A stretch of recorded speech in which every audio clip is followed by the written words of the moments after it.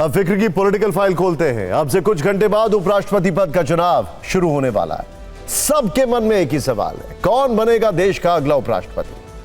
सरकार बनाम विपक्ष की जोरदार लड़ाई में यह मुकाबला काफी रोचक हो गया है। हालांकि फैसला संख्या बल से होगा, जो सरकार के पक्ष में दिख रहा है, लेकिन प्रतिपक्ष ने भी एड़ी चोटी का जोर लगाकर मामला दिलचस्प बना दिया। दांव पेच खेले जा रहे हैं, लेकिन वोटिंग से ठीक पहले दो दलों के रुख से यह चुनाव अलग मोड़ पर पहुंच गया है। उपराष्ट्रपति का यह चुनाव प्रतिष्ठा का सवाल बन चुका है। चुनाव के लिए संसद में मतदान कल सुबह 10 बजे शुरू होगा, जो शाम 5 बजे तक चलेगा। देर शाम तक नतीजे घोषित होने की उम्मीद है। लोकसभा और राज्यसभा के सदस्य अपने वोट से यह फैसला करेंगे कि अगला उपराष्ट्रपति कौन होगा। कुल 781 सांसद मतदान करेंगे। इनमें राज्यसभा के 239 सदस्य हैं, जिनमें 12 मनोनीत सांसद भी शामिल हैं। 6 सीटें अभी खाली हैं। इसी तरह लोकसभा के कुल 543 में से 542 सांसद वोट करेंगे। 1 सीट यहां भी खाली है, यानी कुल 781 सांसद मतदान में हिस्सा लेंगे। उस आधार पर बहुमत का आंकड़ा 391 का बनता है। लेकिन उपराष्ट्रपति चुनाव से ठीक एक दिन पहले बीआरएस और बीजू जनता दल ने चौंकाने वाला ऐलान किया। दोनों दल इस चुनाव से दूर रहेंगे, यानी दोनों दल मतदान में हिस्सा नहीं लेंगे। राज्यसभा में बीजेडी के 7 जबकि बीआरएस के 4 सांसद हैं। लोकसभा में इन दलों का एक भी सदस्य नहीं है। इस हिसाब से अब बहुमत का आंकड़ा भी बदल जाएगा। अगर बीजेडी और बीआरएस के 11 सांसदों को हटा दें तो वोट करने वाले बचे कुल सांसदों की संख्या 770 हो जाएगी और बहुमत का आंकड़ा 386 हो जाएगा। एनडीए की तरफ से सीपी राधाकृष्णन, जबकि विपक्ष की ओर से जस्टिस बी सुदर्शन रेड्डी के बीच मुकाबला होगा। दोनों उम्मीदवार दक्षिण भारत से, राधाकृष्णन तमिलनाडु से, जबकि रेड्डी तेलंगाना से। राधाकृष्णन बीजेपी संगठन के वफादार और विश्वसनीय चेहरा माने जाते हैं। 2 बार सांसद रह चुके हैं, कई राज्यों में राज्यपाल रहे हैं। वहीं सुदर्शन रेड्डी न्यायपालिका बैकग्राउंड से हैं। वो आंध्र प्रदेश हाईकोर्ट के अलावा सुप्रीम कोर्ट के भी जज रह चुके हैं।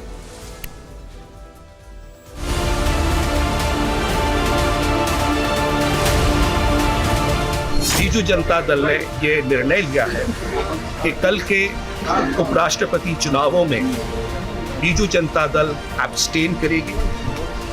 बीजू जनता दल एनडीए और इंडिया अलायंस से इक्विडिस्टेंट है। Well, the BRS waited till today, and after weighing all the options, we have taken a conscious decision to abstain from the election.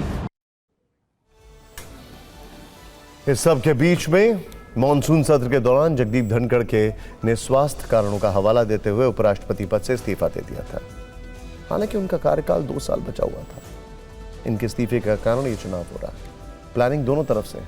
NDA के सांसदों को अलग अलग समूह में बांटा गया है, जो वोटिंग से पहले सुबह नाश्ते पर फिर मिलेंगे और फिर एक साथ संसद के लिए रवाना होंगे। सरकार के अलग अलग मंत्रियों को इन समूहों को एकजुट रखने की जिम्मेदारी सौंपी गई है।